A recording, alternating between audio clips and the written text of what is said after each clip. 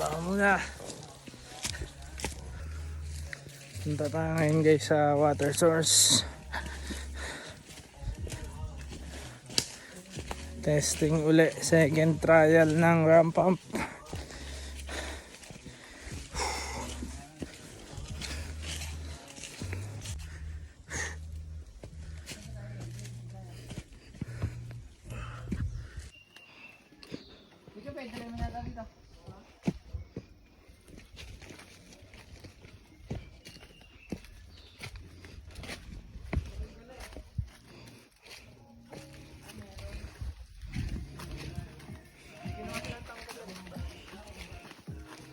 Ayan yung water source.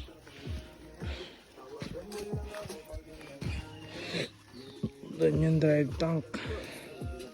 Ayan guys, yung pansamantalang drive tank na ginawa namin. Yung supply niyan galing sa bukal. Meron dong tangke.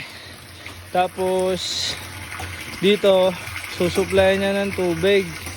Ang tawag dito drive tank. Pansamantala lang yan, for testing lang. Tapos ayan, susupply niya yung ramp pump. Tigil man.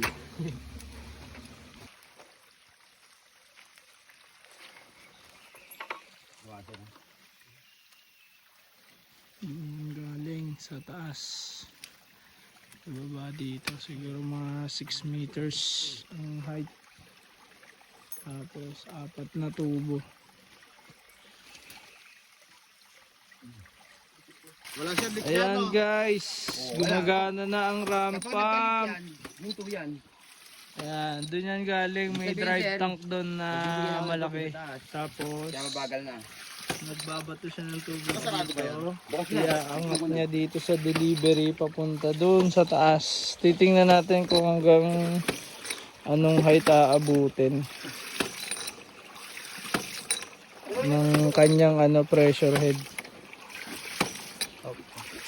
Ayan guys, inabot na kami ng ulan dito, pero success naman ang ginawa namin.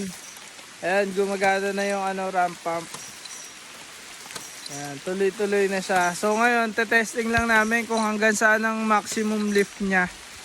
Kasi base sa ginawa namin, estimate namin mga lang mga 20, parang 25 meters yung height na kaya. 25 to 30, sana mas mataas, mas maganda.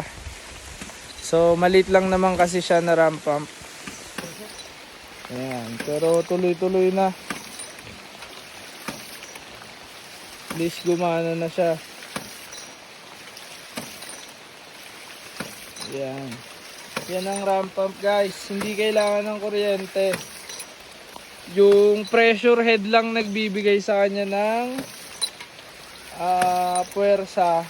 Tapos yung cylinder na yan, pag na-pressurize yan, yan yung nagiging piston. Yung hangin dyan sa loob. Pag tumulak siya, di-deliver nyo yung tubig pataas. Ramp pump. Ayan guys, yung ating ramp pump. So, test run. Hindi pa naka-fix. Sinubukan pa lang namin. Kailangan magtuloy-tuloy siya.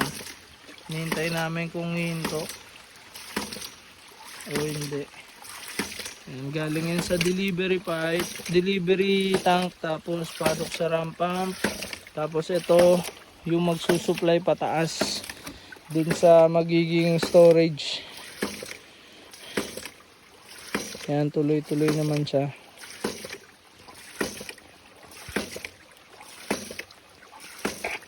Itatas pa namin kung ano yung maximum lift na kaya niya. Maximum height. Ayan guys, tumatakbo na siya, okay na. So siniset up lang yung latag ng delivery. So nung niradyo namin, nasa na sila 7 kulat 785 na. Pero dito sa lugar namin, ito yung kinatatayuan ng ramp pump, ang altimeter reading dito 735, pero syempre may error yon, cellphone lang gamit ko, mga 5 error, 5 yung error nun. Basta averaging 735. Tapos doon naman sa kung saan tumulo sa taas 785. So around 50 meters na yung tinaas niya nitong ramp pump. Pero yung tulo ng tubig hindi pa ganun kalakas kasi unti-unti lang talaga siya. Pero naiangat na yung tubig ng 50 meters. So ang target namin dun sa susuplayan, medyo mataas din kasi 100 meters yung yung itataas. Pero kung kahit abutin lang ng mga 80, 70, pwede na kasi ayun, kung makaakyat man lang ng kahit 70 meters pataas o 80 meters, yung another 20-30 meters kaya na i-compensate nung mga electric motor pump. So madali na rin siya iakyat using electric motor pump. So maiakyat lang mga 70-80, malaking bagay na, malaking tulong na tong ramp pump. At syempre yan, hindi yan ginagamitan ng kuryente. Tuloy-tuloy lang talaga siya. So ayun, sana maging okay yung setup. And guys, ang ating ramp pump project. So hinihintay na lang natin na makaakyat dun sa pinaka-target naming location. So almost parang 10 to 15 meters difference na lang nandun na sa pinaka tina-target namin. Mula dito papunta dun sa target namin location ay 100 meters yon, almost 100 meters. So medyo medyo mataas na yon para sa sa lift. So yung 100 meters, by the way, hindi kaya yun kahit 2 HP na motor, hindi maiangat yun ng maayos. Kailangan mo pa kuryente. Ito hindi kailangan ng kuryente. Although itong ramp pump naman, hindi lang siya ganun kalakas yung volume flow rate. Pero tuloy-tuloy naman yung yung pag-deliver niya ng tubig dun sa pataas. So, yun lang ang isang concern sa ramp pump. Hindi talaga siya sobrang lakas yung volume flow rate. Pero kung gusto nyo naman na malakas yung volume flow rate niya ng ramp pump, kailangan nyo maggamit ng ramp pump na mas malaki. Mas malaki yung cylinder, mas malaki yung yung kanyang profile. So, pag mas malaki, ibig sabihin mas malaki yung volume flow rate, kung ilang gallon per minute, liter per minute yung kaya niyang i-supply dun sa location, sa delivery. So yun, yan po yung ating ramp pump.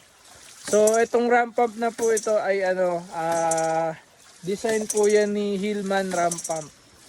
So yan, yun po yung in-apply nating ramp pump dito. Ayan, nandito tayo ngayon sa gubat. Ito po yung isang water source dito sa sa bundok dito.